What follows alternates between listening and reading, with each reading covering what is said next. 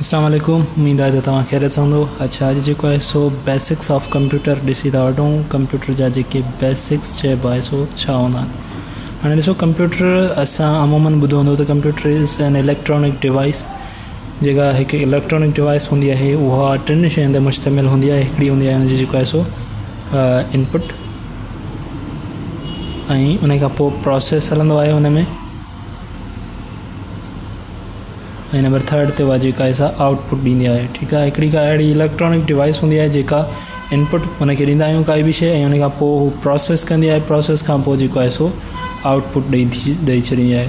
त हीअ हिकिड़ी जेका अहिड़ी जेका मशीन हूंदी आहे जेका इन्हनि टिनि शयुनि ते मुश्तमिल हूंदी आहे। अच्छा, उन्हनि खां बाद में हिन जा जेके बेसिक पार्ट्स हूंदा आहिनि उहे ॿिनि शयुनि ते मुश्तमिल हूंदा आहिनि। हिकिड़ा हूंदा आहिनि हार्डवेयर, जेके असीं ॾिसी सघंदा आहियूं डेली, मतिलबु पंहिंजे अखियुनि सां, ऐं ॿिया हूंदा आहिनि सॉफ्टवेयर जेके असीं ॾिसी न आहियूं सघंदा, जंहिंमें एप्लीकेशन सॉफ्टवेयर, जंहिंमें असांजे हार्डवेयर में कहिड़ा शयूं अची था वञनि। हिकिड़ो असांजो जेको आहे सो कीबोर्ड अची थो वञे, ऐं ॿियो असांजो माउस अची थो वञे, ॿियो असांजो जेको असां चवंदा आहियूं CPU, या जेको असांजी स्क्रीन थी वई जंहिंखे मॉनिटर चवंदा आहियूं। त हीअ असांजे जेके आहिनि से सभई कंप्यूटर जा एज़ अ हार्डवेयर आहिनि। ठीकु आहे, हीअ सभु असांजा हार्डवेयर थी विया। जिन शयुनि खे असीं ॾिसी सघूं, टच वग़ैरह करे सघूं, त उन्हनि खे असीं हार्डवेयर चवंदा आहियूं। उन खां बाद में ॿिए नंबर ते जेको हूंदो आहे सॉफ्टवेयर वरी जेके असीं मतिलबु कि कंप्यूटर में यूज़ वग़ैरह कयूं, पर हक़ीक़त में उन्हनि खे टच वग़ैरह असां न करे सघूं। जीअं ॾिसो, असां वटि सॉफ्टवेयर हूंदा आहिनि, उहे ॿिनि क़िस्म जा हूंदा आहिनि। हिकिड़ो हूंदो आहे एप्लीकेशन सॉफ्टवेयर। जीअं मसलन ॾिसो, तव्हां मोबाइल फ़ोन वग़ैरह में काई बि एप्लीकेशन डाउनलोड कंदा आहियो। फॉर एग्ज़ाम्पल, असां ज़ेपिया जी फाइल जेका असां ओरिजिनल मोबाइल जी न आहे, मोबाइल में असांखे ज़ेपिया जी फाइल इंस्टॉल करणी पवंदी आहे। अहिड़े तरीक़े सां जेको आहे सो असां वटि उहा एप्लीकेशन सॉफ्टवेयर थी वई। जीअं कंप्यूटर या PC में जेको MS ऑफिस थी वई या MS एक्सेल वग़ैरह थी वई, त उहे असांजी जेके आहिनि से एज़ ए एप्लीकेशन सॉफ्टवेयर आहिनि। यानी कि जॾहिं असीं कंप्यूटर हलाईंदा कंदा आहियूं त शुरूआति में मतिलबु उन्हनि खे इंस्टॉल वग़ैरह करे सघूं था, जेके अनइंस्टॉल वग़ैरह करे सघूं, उन्हनि खे असीं एप्लीकेशन सॉफ्टवेयर चवंदा आहियूं। ऐं ॿिया असांजा सेकेंड नंबर ते हूंदा आहिनि ऑपरेटिंग सॉफ्टवेयर्स, या जंहिंखे ऑपरेटिंग सिस्टम वग़ैरह चवंदा आहियूं।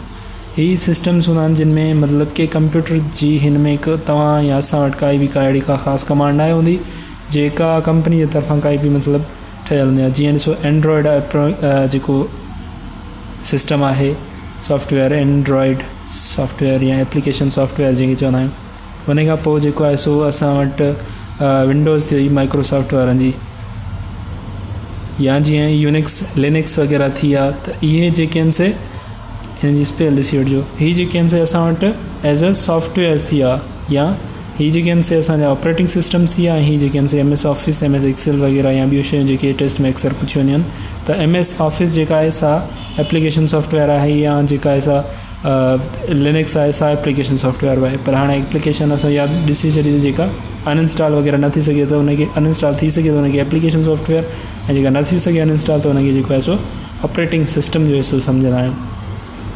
अच्छा, हीअ असांजे जेके आहिनि से हार्डवेयर्स थी विया। हार्डवेयर में असांजे कुझु शयूं अहिड़ियूं हूंदियूं आहिनि जिन में असां इनपुट ॾींदा आहियूं कंप्यूटर खे। जिन शयुनि ज़रिए असां काई बि शइ कंप्यूटर तरफ़ मोकिलियूं त उनखे जेको आहे सो असीं इनपुट डिवाइसिस चवंदा आहियूं। हूंदा उहे बि हिन जा कंप्यूटर जा पार्ट्स ई आहिनि, पर उन्हनि खे असीं इनपुट चवंदा आहियूं। ऐं जेके जिन जे ज़रिए प्रोसेस हले उहो ALU अर्थमेटिक लॉजिक यूनिट तव्हां ॿुधो हूंदो, जंहिंखे असीं CPU चवंदा आहियूं, पर CPU में अंदरि हिकिड़ो ALU यूनिट हूंदो आहे, अर्थमेटिक, ऐं जंहिंजो फुल फॉर्म हूंदो आहे अर्थमेटिक, हिन जी स्पेल ॾिसी वठिजोसि, लॉजिक यूनिट। त हीअ हिकिड़ो जेको यूनिट हूंदो आहे कंहिं महिल जेको लैपटॉप PC वग़ैरह में, त उहो हिन जो जेको आहे सो अंदरि जेके बि ऑपरेशन्स वग़ैरह थींदा आहिनि लॉजिकली, उन्हनि खे ई परफॉर्म कंदो आहे। ठीकु आहे, पहिरियां असां ॿुधोसीं छा हुया जेके असांजा इनपुट आउटपुट ऐं जेके प्रोसेसिंग डिवाइसिस। इनपुट में असांजा कुझु इम्पॉर्टेंट जेके डिवाइसिस अची था वञनि। इनपुट में कहिड़ा था अचनि, हिकिड़ो कीबोर्ड आहे जंहिंजे ज़रिए असां इंस्ट्रक्शन्स ॾींदा आहियूं PC या कंप्यूटर वग़ैरह खे। अॼुकल्ह त स्क्रीन बि ईअं सम्झो टच स्क्रीन जेका आहे सा असांजी इनपुट डिवाइस थी वई आहे, छो जो हीअ ॿई कमु थी करे, हिकिड़ा इनपुट बि आउटपुट बि। टच स्क्रीन छो जो ॾिसो, हिकिड़ी त असांखे हू शयूं ॾेखारे थी, शयूं असां सम्झूं था, ऐं ॿी शइ त जेका असां टच जे ज़रिए बटन्स हणी करे हुनखे इनपुट वग़ैरह ॾियूं था, टाइपिंग वग़ैरह करियूं था। हीअ सॼी असांजी टच स्क्रीन जेका हूंदी आहे इनपुट आउटपुट ॿई शयूं थी वञनि थियूं। उन खां पोइ माउस जेको आहे, माउस बि असांजो इनपुट डिवाइस आहे जंहिंमें असीं इंस्ट्रक्शन्स वग़ैरह ॾींदा आहियूं कंप्यूटर खे। ऐं उन खां पोइ जेके कुझु इम्पॉर्टेंट आउटपुट डिवाइसिस जेके हूंदा आहिनि उन्हनि में, अच्छा इन्हनि में जेको स्कैनर सो बि काफ़ी इम्पॉर्टेंट आहे। इहो बि कॾहिं कॾहिं काफ़ी दफ़ा पुछियो वेंदो आहिनि जेके इनपुट डिवाइसिस कहिड़ा आहिनि ऐं आउटपुट डिवाइसिस कहिड़ा आहिनि। ऐं आउटपुट डिवाइसिस असांजा जेके हूंदा आहिनि उन्हनि जे ज़रिए मतिलबु कि डेटा या जेका बि इंफॉर्मेशन आहे उहा कंप्यूटर ॿाहिरि ख़ारिज कंदो आहे। फॉर एग्ज़ाम्पल जेकॾहिं असां वटि स्क्रीन आहे, स्क्रीन में असीं काफ़ी सारियूं शयूं ॾिसूं था, जेके शयूं ॾिसूं था तो काई बि शइ असांखे ॾेखारे थो त स्क्रीन असांजी जेका आउटपुट डिवाइस थी वई। उन खां अलावा असांजो जेको प्रिंटर वग़ैरह थींदो आहे, प्रिंट ॿाहिरि कढींदो आहे कंप्यूटर जे अंदरि, त काई बि शइ न मोकिलींदा, प्रिंटर प्रिंट ॿाहिरि कढींदो आहे, त उनजे करे असां प्रिंटर खे बि एज़ अ आउटपुट डिवाइस चवंदा आहियूं। ठीकु आहे। उन खां पोइ असांजा जेके आहिनि से ॿिया बेसिक यूनिट्स हूंदा आहिनि हिननि जा कंप्यूटर जा, जंहिंमें कैरेक्टरिस्टिक्स जेकॾहिं ॻाल्हि कयूं त कैरेक्टरिस्टिक्स छा हूंदी आहे। हिकिड़ी कंप्यूटर जीअं बि हूंदा आहिनि न, त हुन में जेके कैरेक्टरिस्टिक्स हूंदियूं आहिनि, हिकिड़े त हुनजी स्पीड सुठी हुजे, एक्यूरेसी हुजे, ऐं ॿी त जेको ऑटोमेटिक मशीन हुजे, ऐं वर्सटैलिटी हुजे।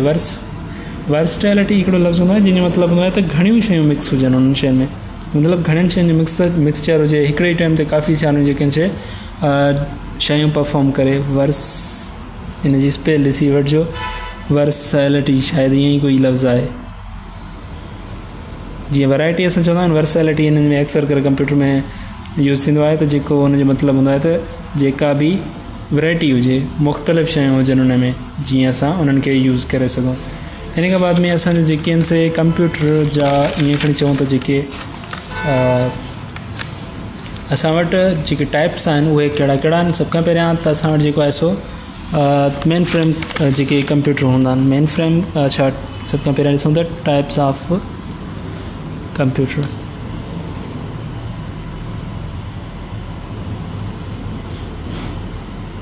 हीअ कॾहिं कॾहिं पुछियो वेंदो आहे, पर एतिरो ख़ासि न आहे पुछंदो, हीअ इंपॉर्टेंट एतिरो टॉपिक न हूंदो। हिकिड़ो हूंदो आहे सुपर कंप्यूटर्स। कॾहिं कॾहिं ईअं पुछियो वेंदो आहे त हीअ जेके कंप्यूटर्स आहिनि किथे यूज़ थींदा आहिनि। तव्हांखे इहा शइ बसि ख़बर हुजे त हीअ कंप्यूटर्स कहिड़नि कमनि जे लाइ हूंदा आहिनि ऐं किथे किथे यूज़ कबा आहिनि। हाणे हीअ ॾिसो, सुपर कंप्यूटर्स जेके हूंदा आहिनि हीअ फास्टेस्ट हूंदा आहिनि, मोस्ट पावरफुल जेको टाइप हूंदो आहे न, जेके साइंटिफिक कैलकुलेशन्स वग़ैरह यूज़ कबियूं आहिनि हिननि में, त जेको इहे असांजा सुपर कंप्यूटर्स यूज़ थींदा आहिनि। जीअं एजेंसीज़ वग़ैरह हूंदा आहिनि त उन्हनि में बि असांजे हीअ सुपर कंप्यूटर्स वग़ैरह यूज़ थींदा आहिनि, त जीअं मतिलबु के शयूं हैक न थियनि या अहिड़ा कई ॾुखिया मतिलबु के मरहला हुजनि, त उते जेके बि एजेंसीज़ वग़ैरह हूंदियूं आहिनि, जीअं रॉ थी वई या पाकिस्तान जी ISI थी वई या ॿियूं शयूं जेके बि आहिनि, उहे सभु मोस्टली जेके आहिनि सुपर कंप्यूटर्स वग़ैरह यूज़ कंदियूं आहिनि, या साइंटिफिकली स्पेशली कंहिं ख़ासि स्पेसिफिक पर्पज़ वग़ैरह लाइ जेके बि शयूं हूंदियूं आहिनि, त उन्हनि खे जेको आहे सो सुपर कंप्यूटर्स चयो वेंदो आहे। ऐं नंबर सेकेंड टाइप आहे, उन में जेको आहे सो mainframe computers. Mainframe computers. हाणे मेन फ्रेम कंप्यूटर्स वरी छा हूंदा आहिनि, जेके लार्ज कंप्यूटर्स हूंदा आहिनि, users to process huge amount of data for many users simultaneous. हाणे ॾिसो, असांजा मेन फ्रेम कंप्यूटर्स वरी अहिड़ा हूंदा आहिनि जेके मतिलबु कि हिकिड़ी डेटा खे हिकिड़े टाइम ते काफ़ी सारा माण्हू यूज़ करे सघनि, त उन्हनि खे मेन फ्रेम कंप्यूटर्स चइबो आहे। हिननि जा एग्ज़ाम्पल्स जेकॾहिं ॾिसी वठूं त बैंकिंग वग़ैरह सिस्टम हूंदो आहे न, हुन में ॾिसंदो हिकिड़े जेको प्रोसेस हूंदो उन में काफ़ी सारा माण्हू जेके आहिनि से ॻंढिया पिया हूंदा आहिनि। हिकिड़ी मेन मतिलबु हुननि जी जेका मशीन हूंदी आहे उन्हनि सां काफ़ी सारा रिलेटेड शयूं मतिलबु कि कंप्यूटर्स ॿिया कनेक्ट लॻा पिया हूंदा आहिनि, जेके एक्चुअली परफॉर्म हिकिड़ी मेन फ्रेम कंप्यूटर जे तहत कंदा आहिनि। यानी कि हिकिड़ी बैंक आहे, हुनजी ब्रांच आहे, सॼो सिस्टम आहे हुन हिकिड़ी ब्रांच जे हिकिड़ी मेन फ्रेम कंप्यूटर ते हलंदो पियो हूंदो आहे। बैंकिंग वग़ैरह या ॿिया जेके बि सिस्टम्स वग़ैरह हुननि जा हूंदा आहिनि सेंसिटिव वग़ैरह, त उन्हनि में जेको आहे सो असांजो हिननि जो मेन फ्रेम कंप्यूटर कमु कंदो आहे। उन खां पोइ नंबर थर्ड ते आहे हिननि जो मिनी कंप्यूटर्स। Mini computers. हाणे मिनी कंप्यूटर छा हूंदा आहिनि? मिनी कंप्यूटर जेकॾहिं चऊं त medium size computer used by small organisations. हाणे छा हूंदा आहिनि, हीअ हिकिड़ा नंढड़ा मीडियम साइज़ कंप्यूटर्स हूंदा आहिनि जेके नंढियुनि ऑर्गेनाइजेशन्स जे ज़रिए यूज़ कया वेंदा आहिनि। मसलन IBM वग़ैरह थी या S400 वग़ैरह थी, त इहे हिननि जा जेके आहिनि यूसेज वग़ैरह हूंदा आहिनि। उन खां पोइ हूंदो आहे माइक्रो कंप्यूटर्स। नंबर 4 ते असांजो थी वियो माइक्रो कंप्यूटर्स।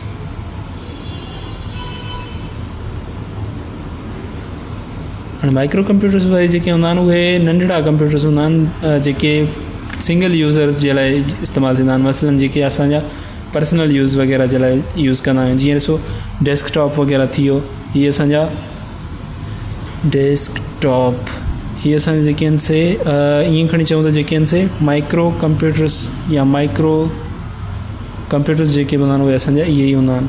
जीअं हिन में लैपटॉप वग़ैरह थी वियो त हीअ असांजे जेके आहिनि से माइक्रो कंप्यूटर्स में अची वेंदा आहिनि।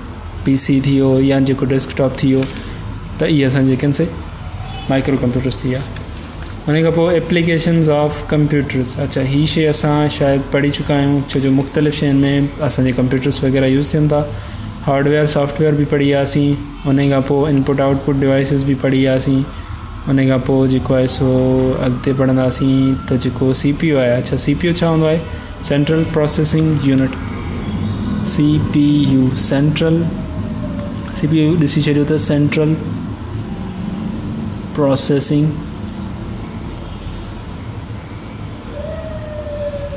यूनिट। हीअ असांजो जेको आहे सो सेंट्रल प्रोसेसिंग यूनिट हिनखे चयो वञिबो आहे। ऐं इहो जेको आहे सो असांजो प्रोसेस कंदो आहे डेटा खे। जीअं असां चयोसीं न त हिकिड़ो इनपुट ॾींदासीं जेको हिन जी तरफ़ ईंदो ऐं उन खां पोइ हिते प्रोसेस थींदो आहे ALU यूनिट में। हिन सेंट्रल प्रोसेसिंग यूनिट सॼे जेको कंप्यूटर जो हूंदो आहे यूनिट उनखे चइबो आहे। पर उन में जेको हिकिड़ो मेन जेको हिन में सॼा फंक्शन्स वग़ैरह परफॉर्म थींदा आहिनि उन खां बाद में जेको आहे सो ई आउटपुट करे छॾींदो आहे डेटा। ही ॿाहिरि जॾहिं कढींदो आहे त आउटपुट हिन में अंदरि ॾिनी वेंदी आहे त पोइ इनपुट। ठीकु आहे। उन खां बाद में जेको आहे सो ALU असां पढ़ियो अर्थमेटिक लॉजिक यूनिट। ऐं उन खां पोइ हिकिड़ो ॿियो हूंदो आहे ALU ऐं ॿियो CU हिन में यूनिट लिखिबो आहे। CU stands for control unit. हाणे हिन जो कमु छा हूंदो आहे त जेका बि तव्हांजे कंप्यूटर जा ऑपरेशन्स वग़ैरह थियनि था त उन्हनि खे ई कंट्रोल कंदो आहे कंट्रोल यूनिट। हाणे मसइलनि जेकॾहिं असां हिकिड़ी फाइल कॉपी कई, ठीकु आहे, कॉपी करे असां चऊं था D फोल्डर में हली हिननि खे रखंदासीं। हितां खां वञी करे उहो D फोल्डर में ई रखणु उहो सॼो हिन जो कमु हूंदो आहे। त जेको कंट्रोल यूनिट हूंदो आहे उहो हुननि खे कंट्रोल कंदो आहे। त हिकिड़े A मां तव्हां कॉपी कई, A मां फाइल कॉपी करे D में ई रखिणो आहे, D फोल्डर में। जेकॾहिं E में हले थो वञे त उन में न वञणु ॾींदो, हिन खे जेको आहे सो D में ई रखंदो, उते ई जेको आहे सो तव्हांजी फाइल सेव लॻी पई हूंदी। उन खां बाद में रजिस्टर्स ॿियो हूंदो आहे रजिस्टर्स। ही नंढड़ा टर्म्स यादि करे छॾिजो छो जो ही काफ़ी टेस्टनि में हेल्प आउट कंदा आहिनि। मतिलबु कि पुछियो वेंदो आहे त हिन जो मतिलबु छा आहे, ही कहिड़े कम जे लाइ यूज़ थींदा आहिनि, छो जो इन शयुनि जे बारे में तव्हांखे ज़रूरु ख़बर हुजणु खपे। ही छा हूंदा आहिनि? Small high speed storage locations inside the CPU। हाणे ही नंढड़ा इनसाइड मतिलबु कि कंप्यूटर जे अंदरि ई जेके स्टोरेज लाइ यूज़ थींदा आहिनि, जिन में असांजो नंढड़ा जेकी जीअं ईअं खणी चऊं त जेके आहिनि से ऑपरेटिंग सिस्टम्स वग़ैरह इन्हनि शयुनि जे लाइ रजिस्टर्स वग़ैरह उन्हनि खे ज़रूरत पवंदी आहे। अच्छा, उन खां बाद में जेको आहे सो असां वटि स्टोरेज डिवाइसिस जेके चवंदा आहियूं। स्टोरेज डिवाइसिस जेके हूंदा आहिनि कंप्यूटर में उहे कहिड़ा हूंदा आहिनि? उन्हनि में सभ खां पहिरियां जेका हिसा असां वटि जेका अची था वञे से हार्ड डिस्क, जेका तव्हां हार्ड डिस्क जे नाले सां ॾिसंदा आहियो ऐं ॿुधंदा आहियो। हार्ड डिस्क जंहिंखे HDD बि चवंदा आहिनि, हार्ड डिस्क। ठीकु आहे। उन जे लाइ जेको आहे सो ही असांजी मैग्नेटिक स्टोरेज डिवाइस हूंदी आहे जेका असांखे हेल्प आउट कंदी आहे त जीअं असां डेटा पंहिंजी स्टोर करे सघूं। हिकिड़ी त ही हिनखे जेको आहे सो परमानेंट मेमोरी बि चयो वेंदो आहे। हार्ड डिस्क हूंदी आहे ऐं ॿी परमानेंट मेमोरी में असांजी SSD कार्ड्स तव्हां ॿुधा आहिनि, flash based storage that is faster than HDD। अच्छा, HDD। हाणे HDD जेका हूंदी आहे हार्ड डिस्क जेका हूंदी आहे सा थोरो सिंपल मतिलबु कि स्लोअर हूंदी आहे, जेका कॉपी करे पेस्ट कंदा आहियूं त स्लो पई थींदी आहे। पर SSD हिकिड़ी SSD कार्ड हूंदो आहे, S ऐं पोइ SD। SSD जेका हूंदी आहे सो वरी हुन खां थोरो फास्ट हूंदी आहे। हिन में वरी वॾी लेवल जी जेका डेटा हूंदी आहे सा अॼुकल्ह जेका मोस्टली यूज़ कई पई वञे सा SSD हूंदी आहे। 1 TB 5 TB 10 TB ताईं वग़ैरह ताईं हूंदी आहे। मुख़्तलिफ़ जेको आहे सो हिननि जी स्टोरेज वग़ैरह हूंदी आहे। USB फ्लैश ड्राइव, USB त तव्हांखे ख़बर हूंदी, USB फ्लैश ड्राइव जंहिंखे चइबो आहे। USB बि साॻियो ई जेको पोर्टेबल डिवाइस हूंदी आहे जेका ॿाहिरां मोबाइल या लैपटॉप वग़ैरह में यूज़ करे ऐं जेको आहे सो उन्हनि मां तव्हां डेटा ट्रांसफ़र कंदा आहियो। उन खां पोइ ॿियो हिकिड़ो जेको असांजो हूंदो आहे डेटा जे लाइ सो हूंदो आहे मेमोरी कार्ड। मेमोरी कार्ड अक्सर करे तव्हां ॿुधो हूंदो, जेको आहे सो अलॻि सां मोबाइलनि में हणंदा हुआसीं जॾहिं शुरूआति में नयूं मोबाइल आयूं त उनमें हिकिड़ो मेमोरी जे लाइ यूज़ कयो वेंदो हो। उन खां बाद में जेको आहे सो ऑप्टिकल डिस्क जेका हूंदी आहे लेज़र बेस्ड स्टोरेज हूंदी आहे, जंहिंखे असीं CD या DVD चवंदा आहियूं, उन्हनि खे असल में चइबो आहे ऑप्टिकल डिस्क। ऑप्टिकल यानी कि जंहिंखे मतिलबु लेज़र वग़ैरह जे ज़रिए रीड कजे या पढ़िजे, त उन्हनि खे जेको आहे सो उन्हनि जी स्टोरेज डेटा जेका आहे पाण वटि एक्सट्रैक्ट करे सघे कंप्यूटर, जंहिंमें असांजी CD तव्हां ॿुधी हूंदी अक्सर, कम्पैक्ट डिस्क जेका चवंदा आहियूं, उन खां पोइ DVD इन में हूंदी आहे। हीअ सभई ऑप्टिकल डिस्क्स हुयूं। उन खां बाद में ॿी हिकिड़ी हूंदी ब्लू रे वग़ैरह चयो वेंदो हुयो इनखे, उहा बि इन में जेको आहे सो यूज़ कई वेंदी हुई, जेका आहे ऑप्टिकल डिस्क में। उन खां पोइ कंप्यूटर मेमोरी तव्हां ॿुधी हूंदी, कंप्यूटर मेमोरी छा हूंदी आहे, कीअं हूंदी आहे। त कंप्यूटर मेमोरी जेका हूंदी आहे, हुन में जेके आहिनि से ॿ शयूं हूंदियूं आहिनि, हिकिड़ी प्राइमरी मेमोरी हूंदी आहे ऐं ॿी सेकेंडरी मेमोरी हूंदी आहे। हाणे कंप्यूटर मेमोरी जेका हूंदी आहे,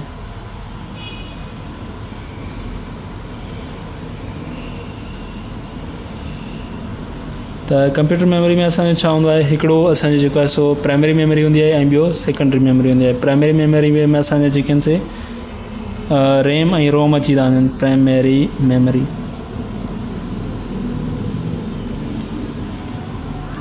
ठीकु आहे, हिन जा असल में ॿ टाइप हूंदा आहिनि। हिकिड़ो हूंदो आहे primary memory directly accessed by the CPU। हाणे हीअ मेमोरी उहा हूंदी आहे जेका CPU जे अंदरि हूंदी आहे, तव्हांजी मोबाइल जी स्टोरेज वग़ैरह थी वई या हुनजी जेका रैम रोम वग़ैरह थी वई, त उहे असांजा जेके आहिनि से प्राइमरी मेमोरी हूंदी आहिनि। मतिलबु जेके मोबाइल या कंप्यूटर या इन शयुनि जे अंदरि मेमोरी जेका अटैच थियल हुजे, जेका ॿाहिरि आउट न करे सघिजे, कढी न सघिजे, त उनखे असीं प्राइमरी मेमोरी चवंदा आहियूं। हिननि जा जेके आहिनि से ॿ हिसा हूंदा आहिनि, हिकिड़ी रैम हूंदी आहे रैंडम एक्सेस मेमोरी, ऐं इन जो फुल फॉर्म लिखी छॾियोसि रैंडम एक्सेस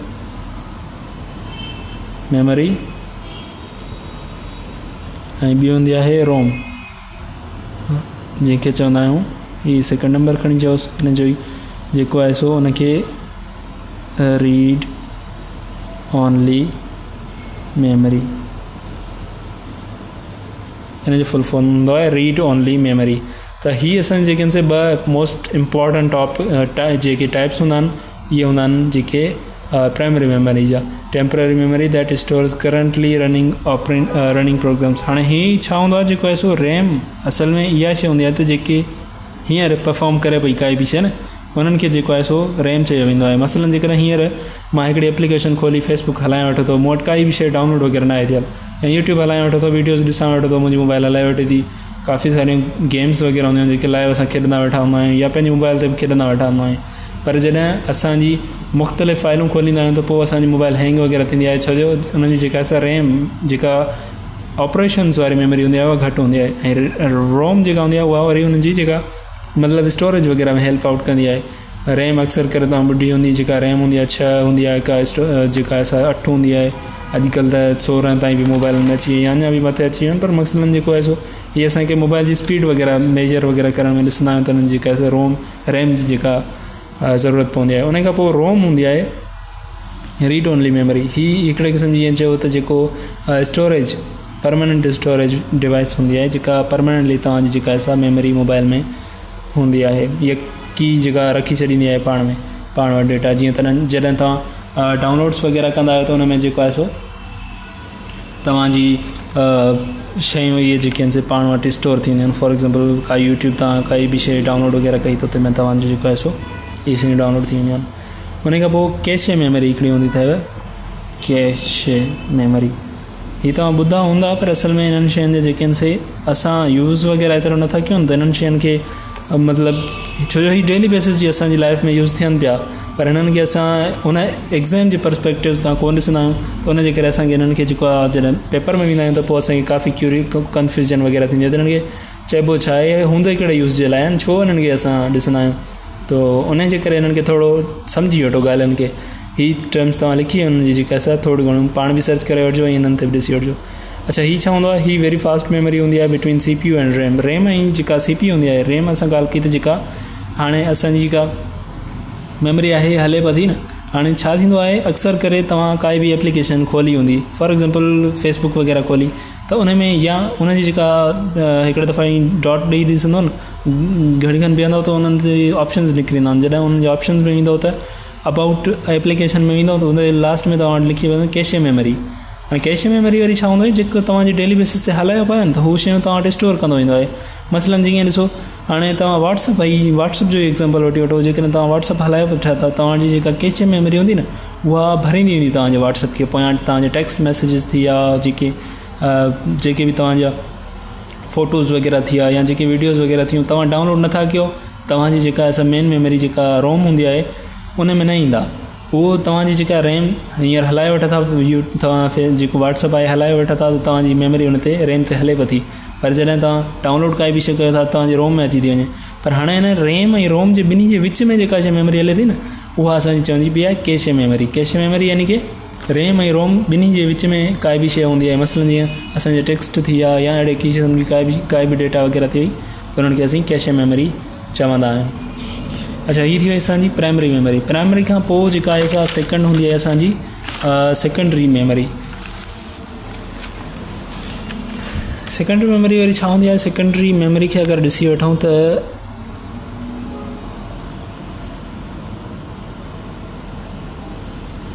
सेकेंडरी मेमरी में असां वटि जेका HDD जेका असां ॻाल्हि कई त जेके कार्ड्स वग़ैरह या जेके बि शयूं असां यूज़ कंदा आहियूं मुख़्तलिफ़, जीअं असां अलॻि सां काई बि शइ हुन में स्टोर वग़ैरह करे सघूं, जीअं डेटा स्टोर करण लाइ जीअं ॻाल्हि कई थींदी SSD कार्ड्स हूंदा आहिनि, मेमरी कार्ड्स थी या USB थी वई, त इहे सभु शयूं असांजूं सेकेंडरी मेमरी में कॉन्सिडर थींदियूं आहिनि, जेके असल में असांजी उन डिवाइस सां जे अंदरि न हुजनि पर अलॻि सां असां उन्हनि सां कनेक्ट करे पंहिंजे डिवाइस जो कमु वग़ैरह कयूं, उन्हनि खे जेको आहे असीं सेकेंडरी मेमरी चवंदा आहियूं। जिन में सभ खां पहिरियां सेकेंडरी मेमरी ऐं उन खां पोइ यूनिट्स ऑफ मेमरी हीअ ॾिसी था वठूं अॼु, ऐं उन खां पोइ वधीक वरी अॻिते इंशाअल्लाह सुभाणे पढ़ंदासीं। हाणे लास्ट जेको छा हूंदो आहे असांजा जेके यूनिट्स ऑफ मेमरी अच्छा हिन जा जेके एग्ज़ाम्पल लिखोसि त पोइ SSD थी वियो या HDD थी वियो, त हीअ असां जेके आहिनि से सेकेंडरी मेमरी में कॉन्सिडर कया वेंदा आहिनि। उन खां पोइ यूनिट्स छा हूंदा आहिनि? Units of memory. हाणे मेमरी जा असांजा यूनिट्स कहिड़ा आहिनि? सभ खां पहिरियां जेके आहिनि से तव्हां ॿुधो हूंदो त जेके KBs, MBs, GBs या TBs वग़ैरह जेके हूंदा आहिनि से सभु जेके आहिनि से असांजा यूनिट्स ऑफ मेमरी हूंदा आहिनि। सभ खां पहिरियां हूंदी आहे बिट। बिट छा हूंदो आहे? बिट जॾहिं असीं ॻाल्हि कंदा आहियूं त हीअ हूंदो आहे स्मॉलेस्ट यूनिट। जेकॾहिं ॻाल्हि कयूं त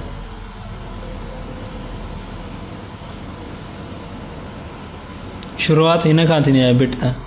जॾहिं बिट हूंदो आहे फस्ट शुरू में जेका बिट हूंदा आहिनि त पोइ हीअ गॾिजी करे छा ठाहींदा आहिनि? बाइट। हाणे बाइट ते घणा मुश्तमिल हूंदा आहिनि? हीअ असल में 8 बाइट्स गॾिजी करे बिट्स जेके हूंदा आहिनि से गॾिजी करे हिकिड़ो बाइट ठाहींदा आहिनि। उन खां पोइ हीअ जेके बाइट्स आहिनि अॻिते हली करे 1024 जेके बाइट्स आहिनि से गॾिजी करे हिकु किलो बाइट ठाहींदा आहिनि। KB जंहिंखे चवंदा आहियूं, KB जंहिंखे चवंदा आहियूं किलो बाइट। किलो जो मतिलबु हूंदो आहे 1000, बाइट जी मतिलबु हूंदो आहे बाइट्स। हीअ जेके असांजा आहिनि किलो बाइट 1024 जेके टोटल बाइट्स हूंदा आहिनि। उन खां पोइ हूंदो आहे 1024 KBs गॾिजी करे हेठि असां जेको आहिनि सो MB ठाहींदा आहिनि। घणा? 1024 जेके आहिनि से असांजा KBs हूंदा त उहे अॻिते हली MB ठाहींदा, जंहिंखे असीं चवंदा आहियूं मेगा बाइट।